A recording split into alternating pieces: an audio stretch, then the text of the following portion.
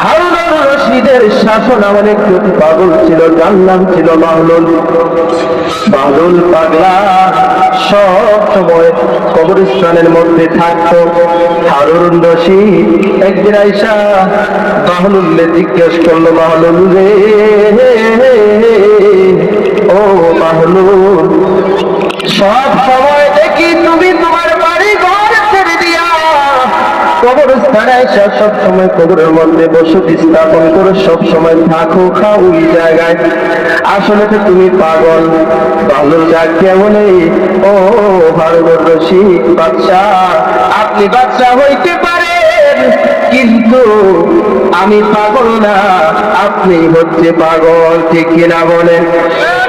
হারুনুর রশিদ বলে, ও বাহলুল, তুমি কেমন করে আমারে পাগল বললা? বলে, হুজুর, আপনার পূর্বে এই রাজ্যের বাদশা কে ছিল? বলে, আমার বাবা। আবার জিজ্ঞেস করলো, আপনার বাবার পূর্বে কে ছিল? বললে, আমার দাদা। বলে, এখন বর্তমানে কে? বাদশা হারুনুর রশিদ ডাকিয়া বলে, আমি। বলে, আপনার পূর্বে যে আপনার বাবা এত বছর রাজ্য চালাইছে, সে কোথায় গেছে? সুবহানাল্লাহ বলুন। বাহলুল পাগলা ডাক দিয়ে বলে, উনি কোথায় গেছে? বলে, বাহলুল রে, ওই সমস্ত লোক, আমার বাবা, আমার দাদা, সমস্ত লোক কবরের মধ্যে চলে গেছে। বলে, আপনি এখনো ওই কবরের মধ্যে আসেন নাই, বরঞ্চ আমি পাগল না, আপনি পাগল। দুনিয়ার লোক লালসায়, দুনিয়ার মায়া মহব্বতে আপনি পড়ে আছেন। আজকে আমি যেই কবরস্থানের মধ্যে আছি, আমি আমার প্রস্তুতি নিয়া, সমস্ত কিছু নিয়া আমি ওই জায়গার মধ্যে বসে আছি। আল্লাহ যদি আমাকে মৌত দে, ওই মৌত দেওয়ার সাথে সাথে আমি কবরস্থানের মধ্যেই চলে যাব, অন্য কোথাও যাব না। এই জন্য আমি আগে আগে প্রস্তুতি নিয়া কবরের মধ্যে বসে আছি।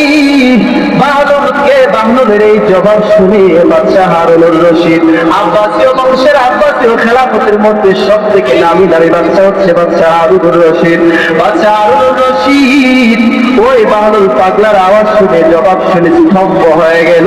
এমন একটা স্তব্ধ হয়ে গেছে, আর কোনো কথা বলার সুযোগ নাই, এমন অবস্থা হয়েছে। বলছে, রে বাহলুল, আমি পাগল, ঠিক আছে, তুমি যেরকম বলছো, আমি দুনিয়ার সমস্ত কিছু নিয়ে ব্যস্ত আছি, এই জন্য আমি পাগল, ঠিক আছে।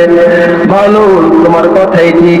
আবার সৈন্যদেরকে বলে দিলে, যদি বাহলুল কোনো কাজে আমার দরবারে আসে, তোমরা তাকে বেরোত দিও না, কারণ হচ্ছে সে হচ্ছে আল্লাহ এবং রাসূলের পাগল। জোরে জোরে বলুন না সুবহানাল্লাহ। এই জন্য